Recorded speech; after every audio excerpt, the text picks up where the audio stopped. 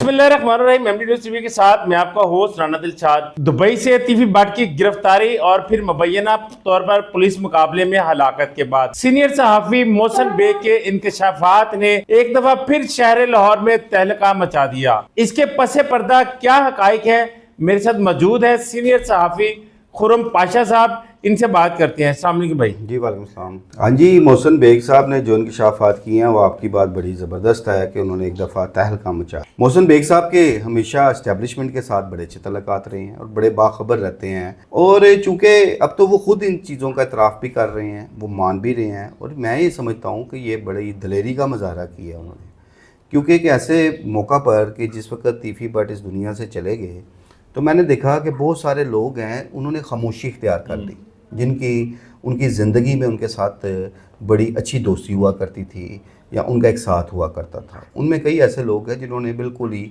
एक आप ये भी कह सकते हैं कि गोशा गुमनामी इख्तियार कर ली इस हवाले से। उनके इस दुनिया से चले जाने के बाद मोहसिन बेग का ये मानना, ये बड़ी दलेरी के साथ उन्होंने बात की कि मेरा तीफी भट्ट के साथ 30 साल के तल्लुकात थे। फिर वो इस चीज़ का भी जिक्र करते रहे कि मैं आईजी के घर गया और वहाँ जाके मैंने तीफी भट्ट के साहबजादों के हवाले से उन्हें ब्रीफिंग दी कि भाई वो तो पढ़े लिखे हैं और मुल्क से बाहर हैं, लिहाजा आप उनको इस मुकदमा में शामिल ना करें। क्योंकि तब ये बातें सुनने में आती थी और उस चीज़ की अब तस्दीक भी हो गई है कि जब अमीर बिलाश टीपू कत्ल हुए थे तो ये सुना जा रहा था कि तीफी भट्ट के साहबजादों को भी उसमें शामिल किया जा रहा है मुकदमे में। फिर जिसमें जावेद भट्ट की एंट्री हुई। जावेद भट्ट जब जाते हैं आईजी के ऑफिस में और उसके बाद आईजी के ऑफिस में उनकी तस्वीर बनाई जाती है और उसके बाद 1 माह बाद वो कत्ल हो जाते हैं, तो ये बड़ा एक खौफनाक इंकशाफ है। उसमें मोहसिन बेग ने यह भी कहा कि मेरे पास सारे मैसेजेस भी मौजूद हैं कि जिसमें मैंने आईजी से एहतजाज भी किया था कि आपने उनकी तस्वीर क्यों बनाई है। अब इसमें देखें ना, वो कड़ियाँ से कड़ियाँ मिल रही हैं ना सिर्फ IG Punjab, additional IG CCD पर, और इवन उन्होंने गवर्नमेंट ऑफ पंजाब पर भी सवालात उठा दिए हैं इस हवाले से कि जिसमें तीफी भट्ट को एक मुबैना पुलिस मुकाबले में मारा गया। किसी की अकल ये बात मानने को तैयार ही नहीं कि तीफी भट्ट को उनके साथी छुड़ाने आए थे। जिन लोगों को आपने मारा है, जराइम पेशा अफराद को, किसी ख़तरनाक डाकू को मारा है, किसी उजरती कातल को मारा है, या आपने किसी रेपिस्ट के ख़िलाफ़ कोई कार्रवाई की है, तो उस पर आपको पता है कि लोग उंगलियां नहीं उठाते बल्कि इत्मीनान का इजहार करते हैं, और उसमें सीसीडी की कारकर्दगी को सराहा जाता है। सबको एक ही डगर पे लेके चलना। और फिर बात वही है कि तीफी भट्ट अभी तक मुलज़म थे, वो मुजरम नहीं थे, ठीक है। अब अगर उन्हें लाया गया था तो उन्हें एक जो तरीक़ा कानूनी अदालत में पेश किया जाता और उसके बाद पुलिस अपनी तफ्तीश करने के बाद वो जो एक चलान मरतब करके अदालत में जाता, अदालत ट्रायल करती और अदालत इस बात का फ़ैसला करती कि आया वो गुनहगार हैं या बेगुनाह हैं। और तीफी भट्ट को ये मौका मिलता कि जिस तरह वो कहा करते थे कि जी मेरा इस कत्ल से तल्लुक़ कोई नहीं है। अगर उनका तल्लुक़ नहीं था तो उन्हें मौका दिया जाता वो अपनी बेगुनाही साबित करते। अगर अपनी बेगुनाही साबित ना कर सकते तो पुलिस ने तो पहले भी उन्हें गुनहगार लिखा हुआ था और अदालत फिर फैसला करती कि ये गुनहगार शख्स है तो इसके ख़िलाफ़ क्या कानूनी जो एक सज़ा है वो हो सकती है, तो फैसला अदालत ने करना था। लेकिन इस चीज़ का मौका नहीं मिला। जो तीफी भट्ट के मुबैना पुलिस मुकाबला हज़म करना बहुत मुश्किल होगा। इस सेटअप में उसके लवाहिकीन को इंसाफ ना मिल सके। जिस तरह अमीर बिलाश टीपू ग्रुप और तीफी भट्ट ग्रुप की दुश्मनी ने एक, मैं समझता हूँ, आलमी शोहरत जो है हासिल की थी कि ना सिर्फ पाकिस्तान बल्कि पाकिस्तान के बाहर भी डिस्कस होता था।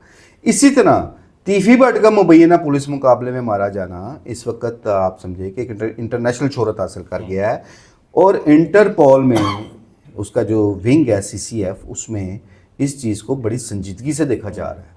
उसमें मावराए अदालत कत्ल का तो कॉन्सेप्ट ही नहीं है। नहीं, यहाँ पर तो मोहसिन बेग साहब ने भी इल्ज़ाम लगा दिया कि ये पुलिस मुकाबला जाली था।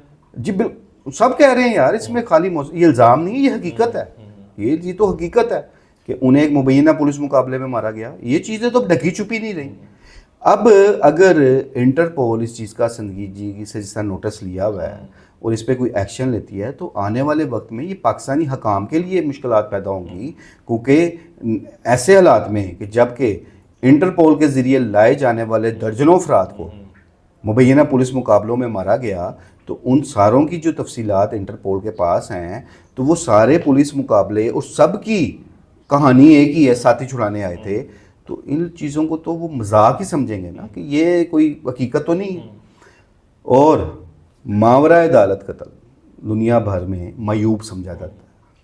अब जो पहले लोग इंटरपोल के ज़रिए ला के उन्हें मुबैना पुलिस मुकाबलों में मारा गया था, जिस वक्त मैंने पहले कहा कि उनका किसी को पता भी नहीं इतना ज़्यादा लगा, शोर भी नहीं पड़ा, और जो भी थे लेकिन उनका इतना शोर नहीं पता जितना तीफी भट्ट हो गया।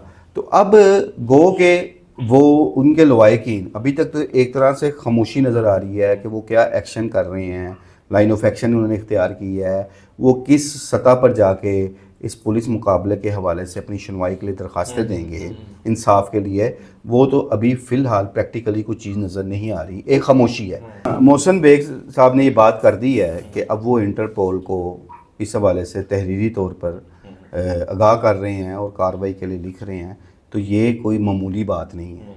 और दूसरा एक और मैं आपको बात बताऊँ, मोहसिन बेग साहब से भी इस हवाले से धोखा हुआ है, धोखा हुआ है। ये बड़ी बात कर रहे हैं आप जी। वो क्या धोखा हुआ है कि मोहसिन बेग साहब उन लोगों में शामिल थे कि जिन्होंने ना सिर्फ तीफी भट्ट को कवर करने की, मोहसिन बेग साहब उन दोस्तों में शामिल थे तीफी भट्ट के कि जो इस दुश्मनी को ख़त्म करने के लिए सुलह की भी कोशिशें करते थे, वो खुद उन्होंने बताया। और दूसरी जानब जिस वक्त तीफी भट्ट को पाकिस्तान लाया जाना था, जब ये पता लग चुका था कि दुबई में गिरफ्तार हो गए हैं, तो अंडरस्टूड बात थी कि उन्होंने एक ना एक दिन पाकिस्तान तो आना था, लेकिन साथ ही इन खदशात का भी इजहार किया जाना शुरू हो गया था कि उनको साथी छुड़ाने आएंगे। ये चीज़ का तो पता था, हाँ, नहीं जब दुबई में थे लोग, पाकिस्तान आने से पहले। तो मोहसिन बेग समेत मुतअद्दिद दोस्त उनके इस हवाले से मुतहर्रिक थे कि अगर तीफी भट्ट पाकिस्तान आते हैं तो उनके साथ कोई ऐसा अमल ना किया जाए, गारंटी दीजिए। ठीक है, गारंटी की बात नहीं है कि वो अपने तौर पे सारे कोशिशें कर रहे थे कि अगर वो पाकिस्तान आ जाते हैं तो फिर उनको मुबैना पुलिस मुकाबले में पार ना किया जाए, क्योंकि इस चीज़ के खदशात सामने आने शुरू हो गए थे। और मोहसिन बेग साहब भी उन दोस्तों में शामिल थे जो तीफी भट्ट के बहुत क्लोज थे, कि जो खुद ये कोशां थे कि तीफी भट्ट के साथ वो साथियों वाली जो एक स्टोरी है वो ना चलाई जाए, ठीक है। और उन्होंने इस हवाले से अपने जो भी उनकी एक कोशिशें थी वो की, और उसमें इन्हें यकीन दहानी भी कराई गई थी कि ऐसा कुछ नहीं होगा, ऐसा कुछ नहीं होगा, और पहली रात ही कर दिया गया, पहली रात ही उन्हें मुबैना पुलिस मुकाबले पार कर दिया गया। तो मैं समझता हूँ इस हवाले से जिन लोगों ने मोहसिन बेग साहब को इस बात की यकीन दहानी कराई थी, उन लोगों ने तो मोहसिन बेग साहब को फिर धोखा दिया। तो इस वक्त वो बज़ाहिर इंटरव्यू में जब आप देख रहे थे उनकी एक बॉडी लैंग्वेज जहाँ बड़े तहम्मुल से बात कर रहे थे, वहाँ उनके अंदर एक गुस्सा भी आपको नज़र आ रहा था, और यूँ लग रहा है कि वो अब इस केस के हवाले से वो खामोश नहीं रहेंगे और अमली तौर पे कुछ करेंगे। खुर्रम भाई, ये तो बात थी जो तीफी भट्ट के दोस्त थे मोहसिन बेग, ये तो उनकी बात थी। उनके साहबजादे और उनके भाई जो थे बिल्कुल खामोश हैं पहले दिन से लेकर आज तक। ख्वाजा अजहर गुलशन साहब कई बार ऑडियो बयान बड़े गुस्से वाला एक दे चुके हैं कि मैं आज कार्रवाई शुरू कर दूंगा, मैं ऐसे कर दूंगा, लेकिन घर की तरफ से कार्रवाई क्यों नहीं हुई? उनके जो घर वाले हैं, देखिए मैंने पहले आपसे कहा है कि वो जो भी कोई कार्रवाई कर रहे हैं, ये करना चाह रहे हैं, अभी तक उस हवाले से फ़िलहाल खामोशी है।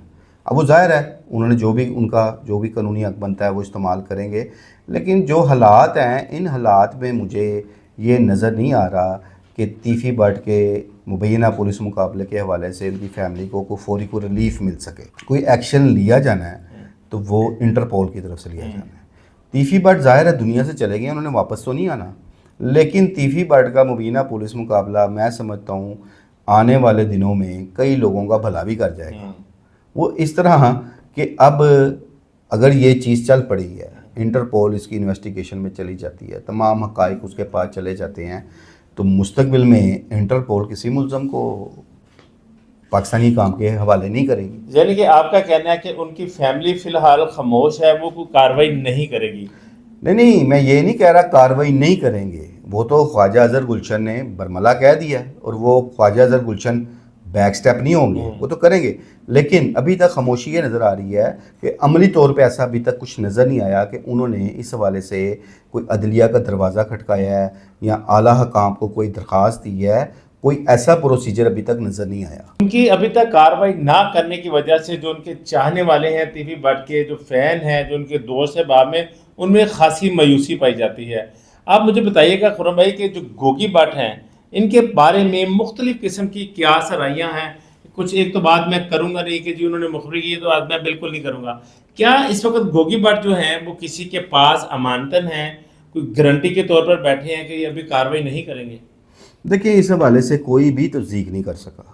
ना पुलिस हकाम ने माना कि हमारे पास हैं या हमने गिरफ़्तार किया है, ना उनकी फ़ैमिली की तरफ से ऐसा कोई अभी तक रद्द-ए-अमल सामने आया है कि अगर वो पुलिस कस्टडी में है तो फ़ैमिली क्या कर रही है।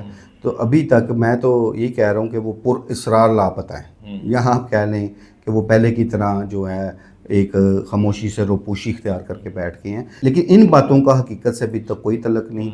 बात फिर वही आ जाती है कि जिस वक्त तीफी भट्ट का मुबीना पुलिस मुकाबला हुआ तो हर थोड़ी देर बाद बात आई थी गोगी भट्ट गिरफ्तार, गोगी भट्ट मारे गए, गोगी भट्ट गिरफ्तार, गोगी भट्ट मारे गए। यही बात हम बार बार सुन रहे थे, लेकिन अभी तक इन बातों की कोई तस्दीक नहीं हो सकी।